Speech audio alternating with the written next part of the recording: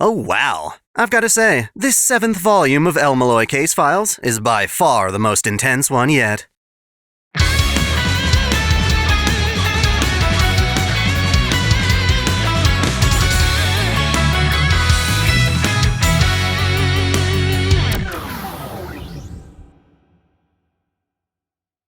Welcome back to OtakuDaiKun. Dai here, and it's time to resume the lore of Lord el-melloi II case files, wrapping up the Contract of Atlas with Volume 7. Last we left off, Gray, Waver, Flat, and Sven returned to the Blackmoor Cemetery to resolve Gray's past and to track down Dr. Heartless. There, they encountered the director of Atlas, Zepia el-melloi, who used the Atlas superweapon Logos React to seal Gray and Waver in a simulation of the past. Their only way out is to solve the mystery of the cathedral, in which a young girl resembling Gray was found dead. In this simulation, beneath the cathedral, an army of skeleton soldiers emerged, commanded by a female knight shrouded in armor. This knight, the Corpse King, sent her soldiers to overwhelm the group. On the verge of defeat, Gray and Waver were saved when Ad forcibly summoned his base personality, Sir K, to fight off the undead army. Note that while I show K's face here, he's a strange spiritual emanation that isn't as visibly discernible. You don't get to see his face until much later on, but I figured I had to give y'all some kind of visual aid. If you enjoy this content, be sure to like, comment, share, and smash that subscription bell as if it were your waifu. Consider supporting us by becoming a channel member on YouTube or signing up to our Subscribestar or Patreon. All 3 platforms offer the same perks, such as early access and exclusive vids like my Lessons in Magecraft series. Without further ado, let's dive into Volume 7. The prologue begins with Gray sitting alone, observing the footsteps of passers-by. She's learned to sense people's emotions from the way they walk. Her parents, for instance, walked differently when they loved her and when they worshipped her as the vessel for Artoria Pendragon. After her face changed, those loving footsteps became exclusively ones of reverence. When her dad died, Gray felt estranged by the mundane aspects of her life as her mother began to dictate her prayer, food, and clothing. Her only genuine companionship came from Ad, and his condescending attitude actually comforted her. Back in the simulation, Sir K continues to fight as an ephemeral manifestation. He clears the way for Gray and Waver to escape, complaining all the while that his hands are better suited to holding pretty girls. The 3 of them take shelter in one of the isolated paths in the catacombs. K explains that he's not a proper heroic spirit. He was summoned by Ad, not the planet. It only worked because K was the personality model used to seal Rongominyad. His consciousness was chosen to seal the lance because he, unlike the other knights, had no personal interest in mystery. In other words, K had no incentive to break the seal, making him perfect for keeping it safe. Long ago, Ad was entrusted to the Blackmoor Cemetery along with Artoria's corpse. Symbolically, King Arthur's gravesite is worshipped in Glastonbury, but her actual body remained in the village, allowing the villagers to use it as a model for making Gray into Arthur's new body. Deeper in the cave, the Corpse King commands her bone troops. She hopes that Gray flees the village, going as far as Avalon if possible. Depressingly, however, the king admits that such a place doesn't actually exist. Not for them, anyway. Above ground, the cathedral proper has been vandalized. Standing among the destruction is the woman the villagers call Granny. Accompanying her are all the other villagers, who have a renewed passion now that their awaited time is upon them. Granny calls for Gray's mother, Magdalena, to confirm Gray's location. Behind her hangs the bloodied body of a church messenger. This guy was posing as one of the traveling merchants that sold goods to the villagers. The Holy Church wants to stop this ritual, but the villagers are prepared to fight to ensure it succeeds. Back in the catacombs, Kay asks Gray about the first cycle, the first time they went through this series of events. Right now, Kay has all the memories that Ad has, but for some reason, there's an empty span of time that he has no record of. He suspects that during the first cycle, Gray's mom drugged her dinner, causing her to lose consciousness. When she lost consciousness, so did Ad. However, Kay thinks that while the drugs certainly blurred her mind, she should still be able to recall something, even if it's hazy. Sure enough, Gray admits that she remembers the undeniable smell of the swamp. Using that as a foothold, she reaches deeper into her memories, trying to describe whatever vague details remain. There was the sound of hundreds of ravens cawing, and a foggy vision of someone laying in a pool of blood. These memories are traumatic for Gray, and probing into them is painful. Waver always knew he could try and force these memories out, perhaps by sharing her consciousness through a spell, but doing so could further traumatize her. Even though these memories are the key to what happened during the first cycle, he doesn't want to hurt her. Kay scoffs, complaining that Waver's too kind to his students. Their conversation is cut short when Burzak rounds the bend. Luckily, the old man seems to be quick on the uptake, realizing Sir Kay must have come from Ad. Waver is hesitant about Burzak's allegiance and demands information. Apparently, both the church and the villagers are hunting for Gray, though for different reasons. While it's difficult to discern what about King Arthur's legend was truthful, some people take literally the words on her grave, the once and future king. This implies that there will be a second coming of Arthur, which is what the villagers are trying to bring about. For this process, it appears they need both the Corpse King and Gray. Essentially, the villagers want to sacrifice Gray to revive Artoria, while the church wants to kill her before they can complete that ritual. Having seen the Corpse King earlier, Gray begs Burzak to tell her if the king is yet another replica of King Arthur. His hesitation seems suspicious, but ultimately, Burzak wants to protect Gray. When a skeleton sneaks up on her from behind, he strikes it down with his axe. This alerts more bone soldiers, who zero in on their location. Feeling the air blowing through the cave, Kay navigates the group through an escape route, not wanting to fight if he doesn't have to. With his axe, Burzak slams the tunnel wall, causing dirt and rocks to collapse in and cut the skeletons off their trail. Luckily, this also blocks the path for Illumia, who's been pursuing them. Turns out, this nun's an executor, and a nimble one at that. She dodges the bone soldiers and counters them with flying kicks. Her armament is called Ashlock, a pair of gloves and boots that transform into armor.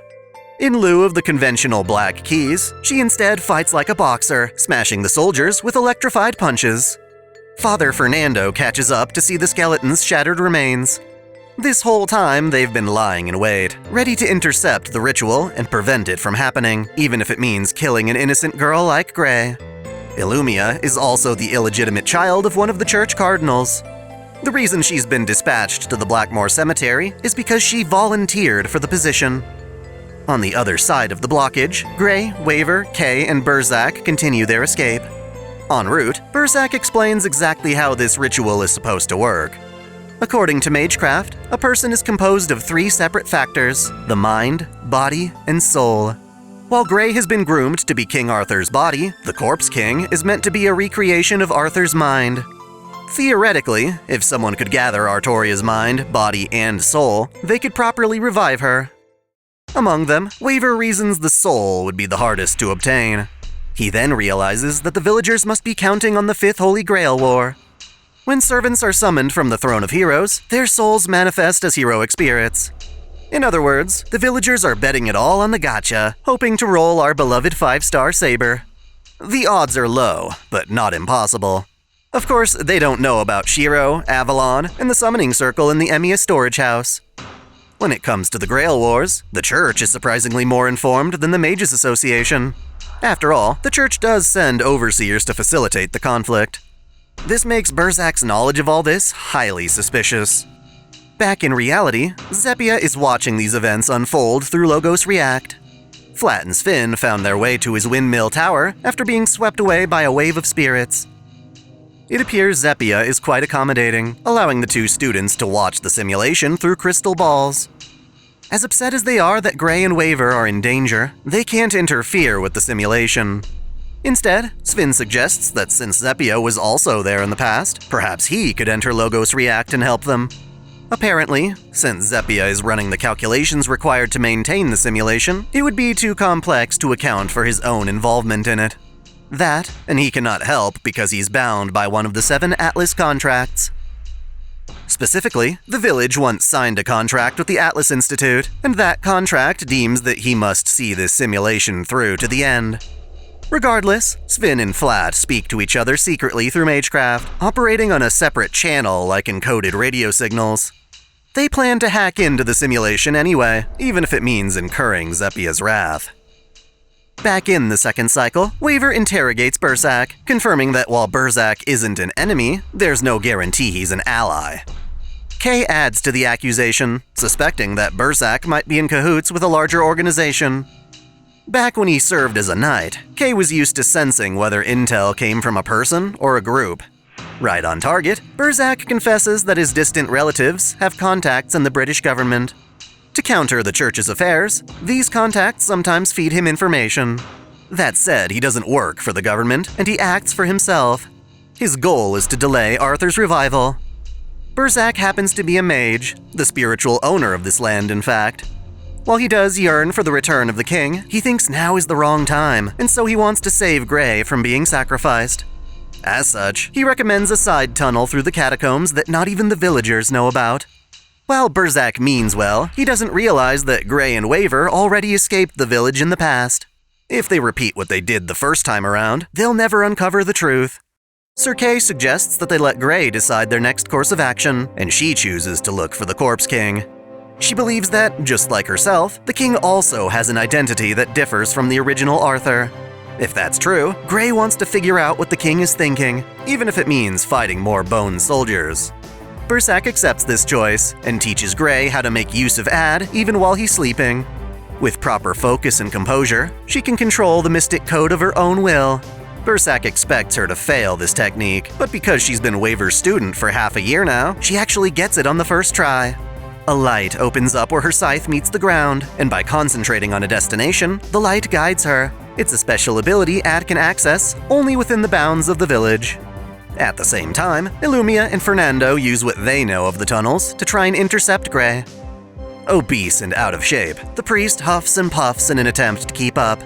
He wonders why Gray isn't willing to sacrifice herself for the ritual. He took her to be a complacent girl.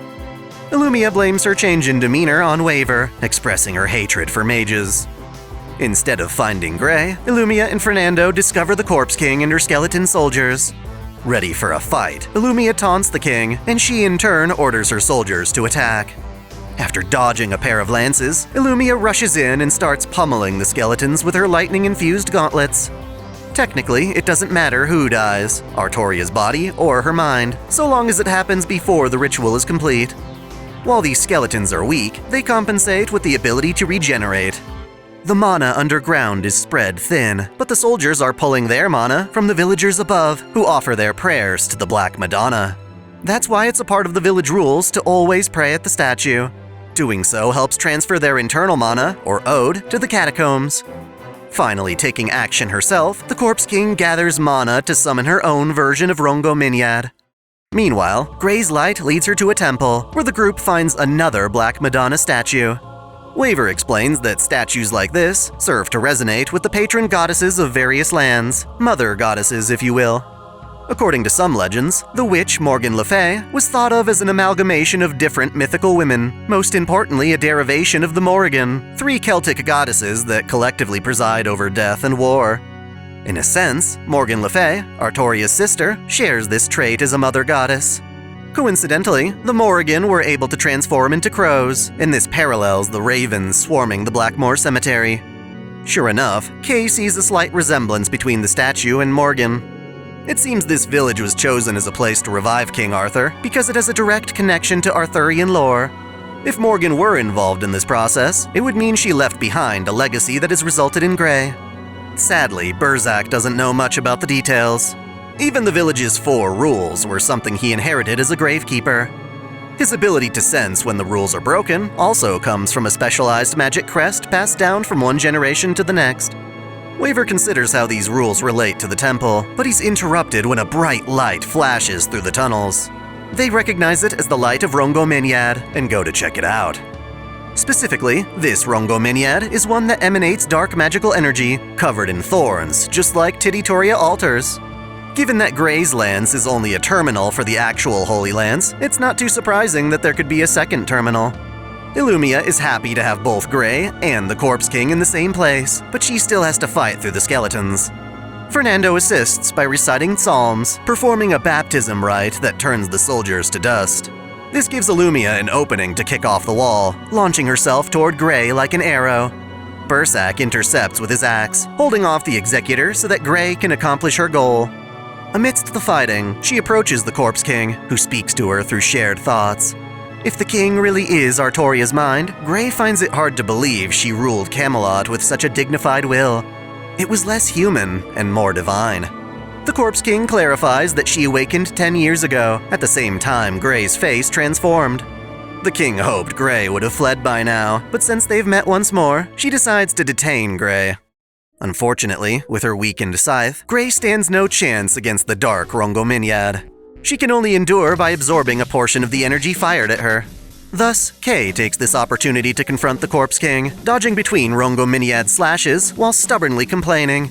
In an acrobatic fashion, he tires himself out evading the king's attacks, providing Gray the composure to ask the king if she truly wishes for Arthur's revival. Even though Bersac and Illumia are fighting each other now, they used to be cooperative together in the village. That said, they did suspect this day would come. Illumia's strikes are fierce and constant, while Bersac's are calculated and efficient. Turning the tide of battle, he summons a familiar, a spirit called Quoth the Raven. Its caws release a burst of mana that blasts away the surrounding skeletons. From the rear, Fernando exhausts himself with back-to-back baptism rites, but he stops when he nears the cave walls and hears a strange sound coming from the other side. The Corpse King insists on fulfilling her role of reviving Artoria. To that, Gray stands up, proclaiming how her experiences in the world outside the village have truly liberated her. Not only that, but she knows what will happen in the future, since she's already lived it. Gray informs the Corpse King that the villagers will discover a dead body that looks like her come morning. Hearing this, the king instantly figures out that Zephia must be interfering, and that right now this is all just a simulation, a mere reenactment of the past. Refusing to simply play her part in the story, the Corpse King begins to remove the restraints on her Rongominyad, producing a whirlpool of magical energy. Before it can fire, however, a crack erupts in the wall, causing the tunnels to flood with water from the swamp. Excitedly, Kay boasts that he's a great swimmer, and grabs Gray and Waver before jumping into the torrential flow. Turns out, this flood is a blessing, one sent by Sven and Flat from outside the simulation. In secret, the two had been altering parameters, finding a way for their friends to escape. They've effectively hacked into Logos React, which is astonishing. Zephia notes how it should be impossible to even find the right parameters to manipulate, let alone change them. The only reason he can do it is because of his memory partition. Luckily, Sven's sense of smell works on practically anything, so he was able to sniff out their target, allowing Flat to intervene. Sven was also aware of King Arthur's legends, specifically one describing that Sir Kay could hold his breath underwater for days at a time, so creating a flood was their best option. Impressed, Zephia considers the two boys worthy adversaries. Unconscious, Gray recalls fond memories of her father. She remembers him being a wonderful cook who once ordered Asian ingredients from the traveling merchants. He used these ingredients to make a dish so spicy that it had Gray running in circles around her yard. Is her father related to Kirei, perhaps? Above ground, Granny and the other villagers lay exhausted in the cathedral after giving so much of their mana. Granny isn't a mage, but she has inherited the ability to sense the Corpse King. At this point, she's less concerned about the Corpse King and more worried about Gray's escape. Gray's mother, Magdalena, insists that she be the one to catch her own daughter and is given permission to enter the swamp. The old lady pulls out an even older dagger called Erosion, penetrating blade of gold. It's been passed down through her family for the sake of this ritual. Erosion is a mystic code that can cut the spaces between a person's mind, body, and soul, allowing these components to be separated. For example, while Gray is needed as the body for Artoria, she still has her own mind and soul. The villagers find this to be a nuisance and plan to use the dagger to extract Gray's mind and soul. This will allow the Corpse King to merge with Gray's empty husk of a body. The flood swept Gray and the others out to a forest on the other side of the swamp. She wakes up, coughing water out of her lungs. Shortly after, Waver also recovers. Kay claims that swimming is his only real talent, and it helped him carry the two of them to safety, along with Ad, while still dressed in full armor. Apparently, Bersac also escaped the encounter, but did so through a separate tunnel. In an endearing moment, Kay ruffles Gray's hair, mentioning she would probably get along with Gareth. It goes without saying that their attempt to reason with the Corpse King went south, but even so, Gray still wants to meet her again. After all, it was Waver's idea to mention the second cycle to the king. While things turned violent, it's interesting that the king even knew what that was. She specifically understood that this was a simulation and tried to oppose it. Kay interrupts, noticing the presence of human footprints, even though people aren't supposed to enter the swamp. The three follow a trail to a small, decaying hut. Inside, they find an evidence board, the type of thing you'd see on a crime drama. It's a bulletin with various photos pinned to it, interconnected by strings, as though someone were trying to decrypt a conspiracy. It's extremely thorough, going deeper than even Waver's speculations on the case. By observing the kitchen, Waver assumes whoever made this board was planning to return, but never did. After digging through some papers, he concludes that this is the work of Dr. Heartless. The bastard was around at the same time Waver and Rhinus first showed up. Nobody knew about him, aside from Zephia anyway, because he was observing the village from outside its bounded field. Waver looks through Heartless's documents, trying to decipher an elaborate spell that he thinks is meant to interrupt the village ritual. Sadly, it's far too complex for him to understand on his own. He admits he could use some extra help, such as the volume and hydrargyrum. On cue, Trimao creeps through a crack in the door and references a quote from Casablanca. "Here's looking at you, kid." More of Flat's shenanigans, no doubt. In the past, when Rhinus returned home from the cemetery, she left Trimao behind in case she was needed. In the first cycle, this sentiment was wasted, but now, Trimao couldn't be more welcome. She's exactly what Waver needs because, while most people see her as a shape-shifting weapon, Kenneth originally designed the hydrargyrum to help with computation. With her right hand evaporating in the air, Trimao writes out a long sequence of numbers and symbols, allowing Waver to keep track of the formula more efficiently. It appears Heartless was interested in how one can preserve the body, mind, and soul separately. Waver thinks he's figured out the formula, but because sunrise is approaching in just 40 minutes, they've gotta hurry. As usual, he's keeping his thoughts secret until the finale. Based on distant sounds, Kay alerts that their trek back to the swamp will take them straight to the villagers. They may be forced to fight each other. Elsewhere on the mountain, Fernando survived the flood, emerging from a different cavern. Via telepathy, Illumia instructs him to climb higher up, where he happens to run into Bersak. Rather than attack, Bersak wants to speak with the priest. It appears that Fernando and Illumia, despite both being from the church, have different feelings regarding all this. Objectively, the church wants to end this ritual, claiming it to be heresy. For that reason, he was the one who first reported the change in Gray's face 10 years ago. That's all he planned to do, however. Shortly afterward, Illumia was sent to the village as backup. Comparatively, she's far more talented and ambitious, so while she's gung-ho about slaying Gray, Fernando finds the order conflicting. Regardless, he continues up the mountain toward the swamp, disappearing into the distant fog.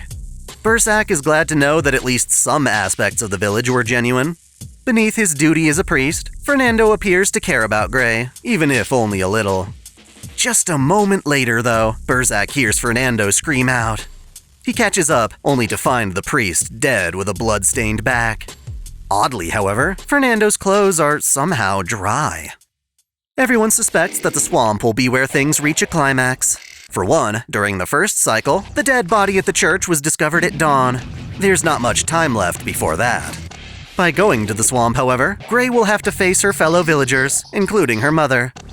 In the distance, they watch as the temple they discovered underground suddenly rises up to the surface. After taking one look at the thing from the outside, Kay recognizes it as Avalon? Huh. Technically, this temple isn't actually Avalon, the king's promised utopia. It is, however, a space designed to embody the legends of Avalon. This is where, supposedly, the villagers intend to unite Artoria's mind, body, and soul. The whole swamp was secretly a mechanism to conceal the temple, and now that it's been triggered, a few bridges connect with it at the center. The villagers have already gathered at the temple entrance. Front and center are Granny and Magdalena, waiting for Gray to arrive. Illumia also reaches the temple, and is shocked to discover that no one's fighting. Gray's foggy memories become clearer as the past seems to be repeating itself. She enters the temple, looking past the bone soldiers, to find that the Corpse King is already dead, bleeding out on the altar from a gash in her neck. Adding to the chaos, Bersak reaches the temple and announces Fernando's death, clarifying it wasn't his doing. With everyone gathered, Waver announces he expected this to happen. Originally, he had assumed the dead girl was discovered at the church because Bersak said she was found beside the Black Madonna. Well, the temple has its own Black Madonna, so that aspect hasn't actually changed. Waver turns to Magdalena and calls her out, claiming her to be the only one who knows why things have ended this way. This strikes a nerve, causing her to panic and run toward the bone soldiers as they begin to retaliate. Gray, Tremau, Sir-Kay, and Bersak rush in to protect the villagers from the skeleton assault. Inadvertently, this also saves Magdalena from getting killed by them. Amidst the fighting, Waver extends a hand to help Magdalena up, and he asks the villagers if any of them have actually seen the Corpse King's face. Granny confirms there was no need to, by nature of their faith. Because of this, during the first cycle, everyone assumed the dead girl was Gray, allowing the real Gray to be smuggled out of town safely. As the simulation draws to a close, the world around them begins to crack and degrade. Only Waver, Gray, and Sir-Kay can see it, but the simulation is crumbling apart. Using her scythe, Gray carves a path to the Corpse King's, corpse, so that Waver can remove her helmet and reveal her true face. Gray expected the king to look just like her, but surprisingly, the dead girl's face is none other than her mother's.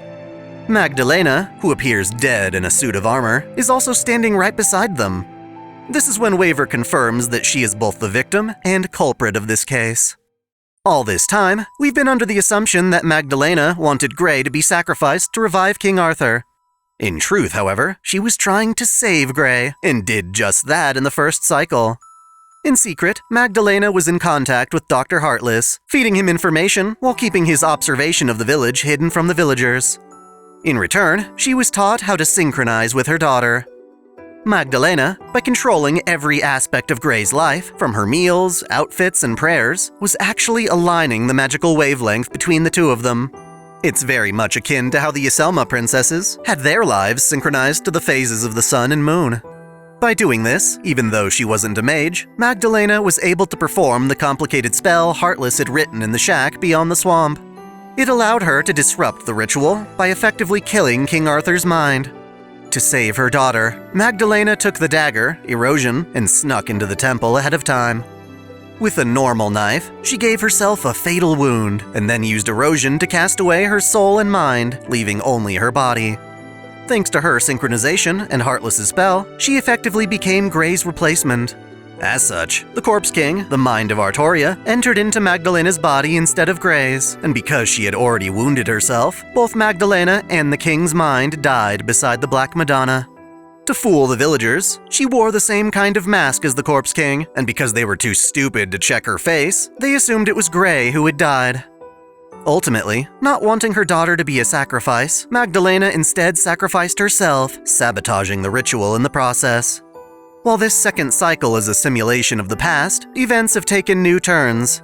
Thus, the Magdalena standing next to Waver vanishes, happy to know her daughter is still in good hands. The murdered Corpse King stands up, revealing herself to be the core of this simulation, or rather, Logos React's avatar. With the truth revealed, the simulation ends, and everything around them disappears. Finally, Waver and Gray find themselves back in the real world. Strangely, Sir-Kay joins them, likely because he's connected to Ad. They're back in Zeppia's workshop, the village windmill, where they reunite with Flat and Sven. Despite some momentary rejoicing, Waver isn't at all satisfied. He may have solved part of the mystery, but there are still questions to be answered. For one, why exactly is Zeppia still in the village? Sure, he can command Atlas from anywhere in the world, and as its director, he doesn't have to follow the rule that says alchemists must stay within the Egyptian facility, but that doesn't explain why he has to be here of all places. Since Kay is still around, Waver asks him about what he remembers via Ad's memories of the past. They need to confirm how much of the crazy shit that happened in the simulation actually occurred during that first cycle in reality. Waver thinks that the temple rising from the swamp, as well as Fernando's death, both actually happened in the past. The priest was likely killed by the Corpse King and her minions.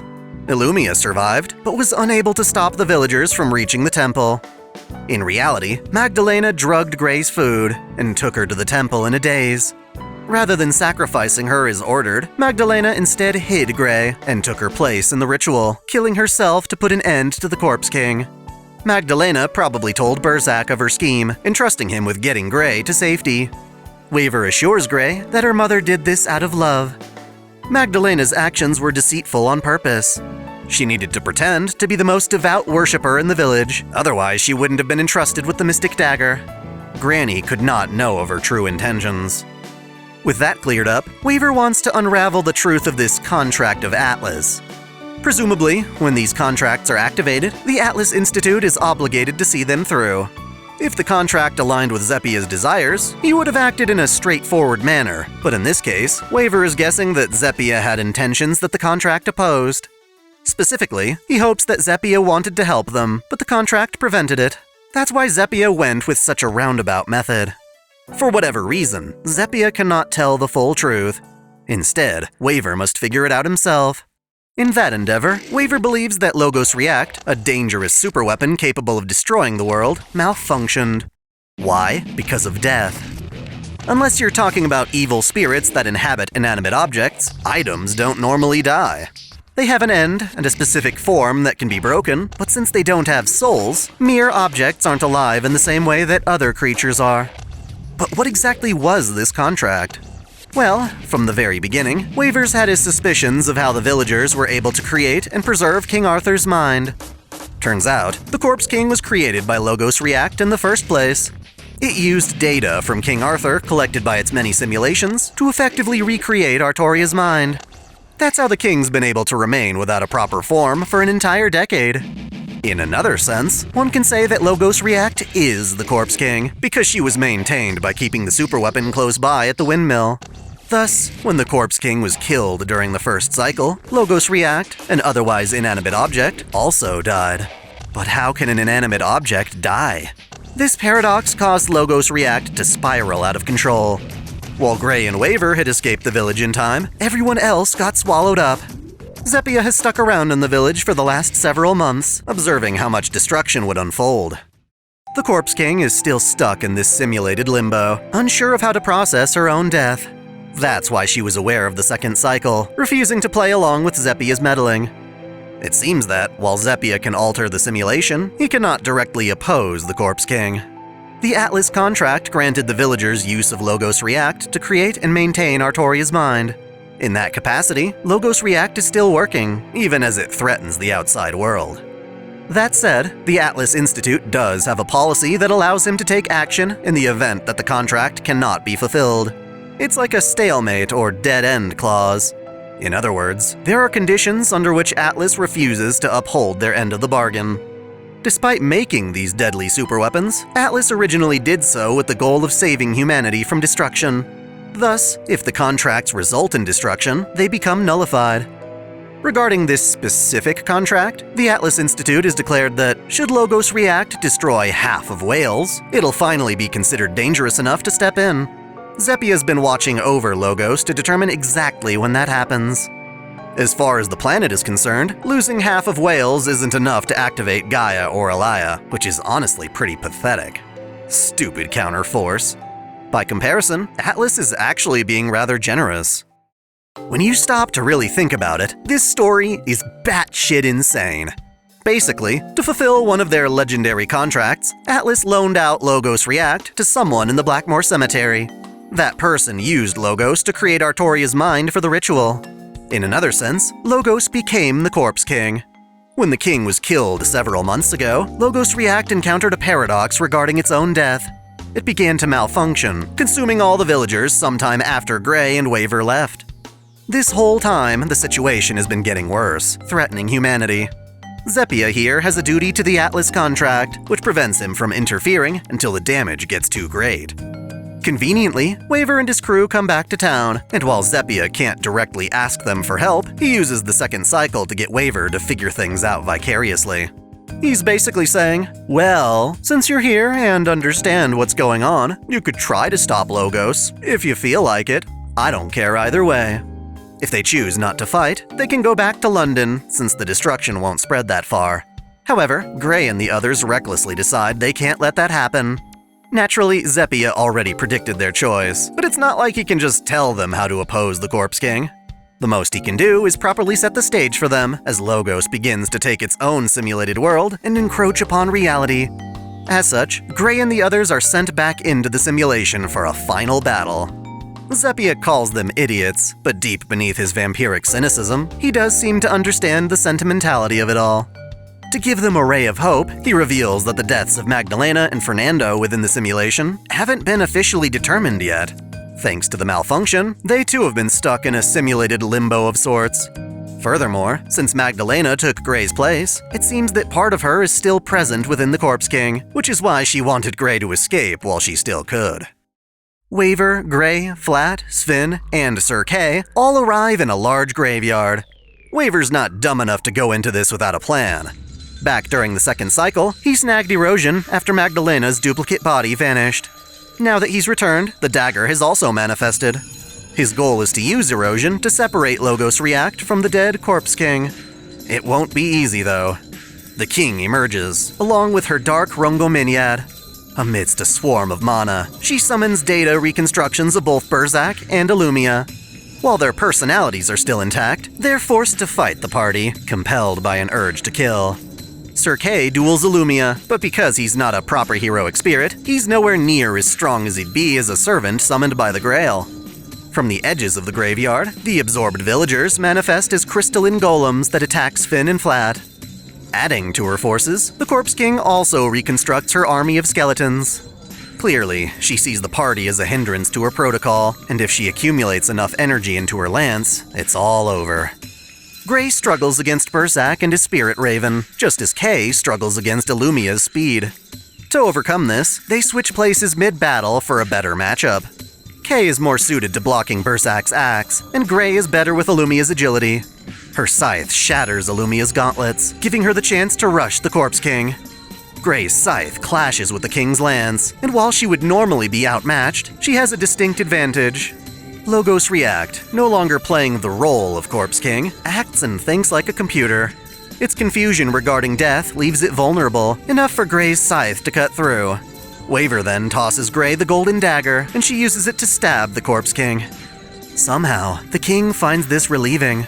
Her body shatters, turning into red sand. Burzak, Illumia, the villagers, and the soldiers all follow suit, covering the graveyard in red. Waver recognizes this crimson substance as the Philosopher's Stone, a storage device with nearly infinite capacity. If such a thing were unleashed into the outside world, it would multiply, turning all of reality to dust. Apparently, Logos React was created using the Philosopher's Stone. Now free from its prior shape, Logos takes the form of a bird with majestic wings. Waver declares this bird to be the Bird of Hermes, a figure created by fusing Hermes from Greek mythology with the Egyptian god Thoth and the alchemist Mercurius. Legends speak of this bird eating its own wings to solidify as the Philosopher's Stone. To prevent its own death, the bird launches a volley of its feathers, tearing apart the graveyard. The bombardment devastates the party, rendering them immobile while the bird charges up mana for another attack. In the meantime, its flying is erratic, showing a sign of weakness. Before entering the simulation, Flat took one of the crystal balls Zepia used to observe Logos. With it, he plans to hack into Logos yet again and correct its malfunction. Sven offers support, sharing his magic circuits to speed up their calculations. Sadly, it's still not fast enough, so Waver insists they stab the bird with Erosion. Gray's first strike with the dagger wasn't enough to totally separate Logos and the Corpse King. Problem is, nobody can reach the bird, so Sir Kay volunteers to take care of it. As it prepares its next volley, Kay says his farewells, remarking this is a chance for him to finally be useful. In life, he was never able to even reach the hills of Camlon. He commends Gray for her courage, pushing through even when terrified. While deploying his noble phantasm, Camelot Image, the ephemeral yet unforgettable castle, Gray finally gets a glimpse of his face. Mist surrounds the night, shaping itself into the form of a castle. Despite its majesty, this is only a shallow recreation of his real noble phantasm, and as such, it gets obliterated by the bird's feathers. He, as well as his castle, disperse under fire. That said, Kay knew this would happen. Rather than letting the castle protect him, he used it to absorb and fire one of the bird's feathers back at itself. His sacrifice pays off as the bird of Hermes gets struck and starts falling to the ground. After Kay vanishes from the world, Ad finally wakes up, inheriting all of Kay's memories. With no time for a tearful reunion, Gray deploys her weapon in its full capacity. Aiming to finish this fight, Waver sends Flat the formula he obtained from Dr. Heartless's evidence board. Waver can understand it on a theoretical level, but only Flat and his unique talents can actually pull it off, which he's more than happy to do. In the past, Flat felt worried about using his own power. He was a prodigy, and while that should have been a good thing, it eventually drove his family to hate him. At one point, his parents nearly killed him. Since then, Flat hid both his emotions and true potential behind a false expression of happiness. He literally used magecraft to force himself to smile. The only one to see through this was Finn, who could smell how messed up he was. Similarly, Waver encouraged Flat to embrace his abilities, not fear them. As thanks, he wants to repay the favor. With Ad back up and running, Gray transforms it into a boomerang, not to throw, but to use as a hang glider. Ad carries her onto the bird, and she runs toward a spot on its back. The bird retaliates, firing sand spikes out of its body, but Gray's scythe cuts straight through them. After jumping high above her target, Gray tosses erosion down, piercing the bird's feathers. To penetrate even deeper, she turns Ad into a battering ram before slamming back down onto the bird's back. This causes the bird to collapse on the ground, giving Flat the chance to recite his spell. Applying his formula to the crystal ball traps the Bird of Hermes in chains of light. For as much as the bird tries to resist, it's ultimately overpowered by Flat's hacking. The end result is ideal. With Logos React separated from the Corpse King, its simulation comes to an end, releasing all the villagers it had absorbed. Those who died, namely Magdalena and Fernando, came out surviving, as Logos never officially confirmed their deaths due to its malfunction. Regarding that malfunction, it appears Logos React has entered into a self-diagnostic repair mode. It'll take the next couple of years to fix itself, during which the village's contract with Atlas will still remain in effect. Of course, Granny still wants to resurrect King Arthur, but given there's no longer an opportunity to reunite mind, body, and soul, she likely won't take any drastic actions. Even though Magdalena is alive and well, Gray isn't ready to see her mother just yet, though she does plan to someday. She wants to contemplate and appreciate all the things her mother did for her first. Besides, the villagers have their own problems to deal with. Objectively, they vanished for several months, only to suddenly reappear in a different year and season. The Holy Church, having not received reports from Illumia or Fernando for such a long time, should have taken action by now. Presumably, Dr. Heartless took care of that, though we're not sure why or how. Like before, Heartless has been manipulating things from the background. In addition to conspiring with Magdalena against the ritual, he also struck a deal with Zephia. In exchange for his knowledge on the Grail Wars, Heartless had Zephia promise not to calculate anything about his future. Thanks to that, Heartless's role in this remains mostly hidden. Finally back in London, Gray takes the initiative, buying a box of sweets to share with Rhinus at her mansion. Compared to the chocolates Rhinus prepares, these are mediocre, and yet their sentimentality gives them a whole new flavor. The two discuss the Fifth Holy Grail War, namely the fact that very few people in the Clock Tower are talking about it. Given that it caused the death of a previous lord, the war should be a bigger deal by now. Rhinus suspects that Hishiri Arashino of the Department of Law is responsible for keeping things under wraps. Ad wakes up to the smell of tea and chocolate, teasing Gray for attending a girls' party like this. She shakes Ad, recalling the last thing Zephia had told her at the cemetery. Ad is actually Logos React replica. It was able to summon Sir Kay in a similar manner to how Logos React created Artoria's mind. While it is meant to protect and seal away Rongominyad's true power, it's not a perfect device. Seeing how dangerous Logos React proper can be, Zephia recommends Gray avoid relying too much on the lance. After her visit with Rhinus, Gray delivers some snacks to Waver's apartment. In his free time, Waver is busy reclining on the couch, plugging away at a portable gaming console. Gray offers to comb his hair while he plays. They talk about various things, ending in a discussion about the Grail War. Now that Waver won't be a master, he won't get to see Iskandar again. Even so, he's been thinking about what he would say should they ever meet again by some other miracle. Gray enjoys this peaceful moment, knowing it won't last. Soon enough, their pursuit of Dr. Heartless will reach its final act. That, however, is a story for another video. I hope all of you have enjoyed this 7th volume. There are 3 more volumes to the original el-melloi case files, and afterward, we can start tackling the sequel, The Adventures of Lord el-melloi II. I hope you're looking forward to it. Thanks for watching!